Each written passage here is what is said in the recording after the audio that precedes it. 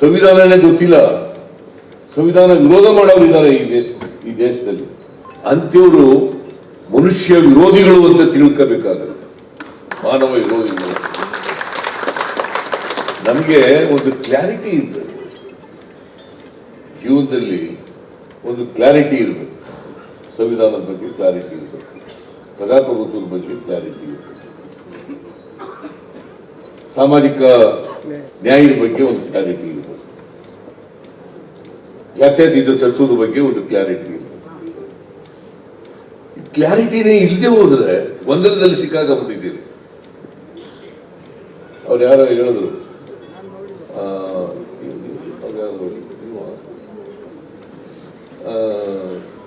ನಮ್ಮ ವಿದ್ಯಾವಂತರು ಕೂಡ ಬಹಳ ಜನ ಜಾತಿ ಮಾಡಕ್ ಶುರು ಮಾಡ್ತಾರೆ.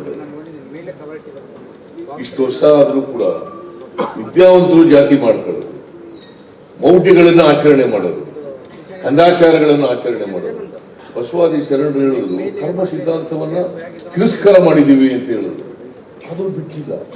ನಿನ್ ಯಾಕಯ್ಯ, ನಿನಗೆ ಅಂಗಿ ಇಲ್ಲ, ನಿನ್ಗೆ ಯಾಕಪ್ಪ ಹೊಟ್ಟೆಗೆ ಇಟ್ಟಿಲ್ಲ, ವಿದ್ಯೆ ಇಲ್ಲ, ಬಡವನಾಗಿದ್ಯಾ ನೀನು, ಮನೆ ಇಲ್ಲ ಅಂತಂದ್ರೆ, ನಾನು ಕರ್ಮ ಸ್ವಾಮಿ, ನಾವೇನ್ ಮಾಡೋದು, ನನ್ನ ಹಣೆ ಬರಹ ಏನ್ ಮಾಡೋದು. ಹಣೆಗೆ ಬರೆದ್ಬಿಟ್ಟಿದ್ದಾನ ದೇವ್ರು?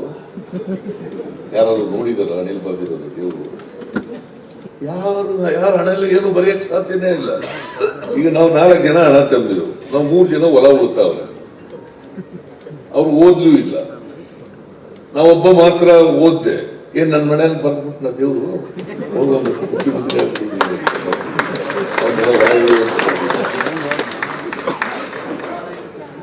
ಇವೆಲ್ಲ ನಾವು ವೈಚಾರಿಕತೆ ಬೆಳೆಸ್ಕೊಳ್ದೆ ಹೋದ್ರೆ, ವೈಜ್ಞಾನಿಕತೆ ಬೆಳೆಸ್ಕೊಳ್ದೆ ಹೋದ್ರೆ, ಕ್ಲಾರಿಟಿ ಇಲ್ಲದೆ ಹೋದ್ರೆ ಜೀವನದಲ್ಲಿ ವಿಚಾರಗಳ ಬಗ್ಗೆ ಭಾರಿ ಕಷ್ಟ ಆಗ್ತದೆ. ಗೊಂದಲ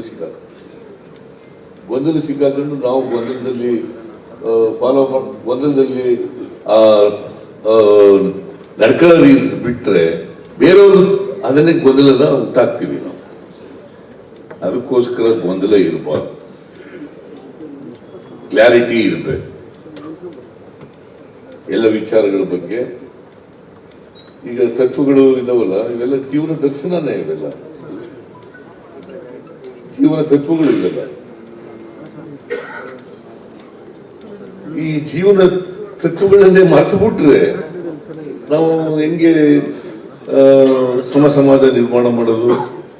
ಎಲ್ಲರೂ ಮುಖ್ಯವಾಗಿ ನೀವು ಬರೋದು ಹೆಂಗೆ? ಜಾತಿ ವ್ಯವಸ್ಥೆ ಹೋಗೋದು ಹೆಂಗೆ? ವರ್ಗ ವ್ಯವಸ್ಥೆ ಹೋಗೋದು ಹೆಂಗೆ? ವರ್ಗನೂ ಹೋಗಲ್ಲ, ಜಾತಿನೂ ಹೋಗಲ್ಲ.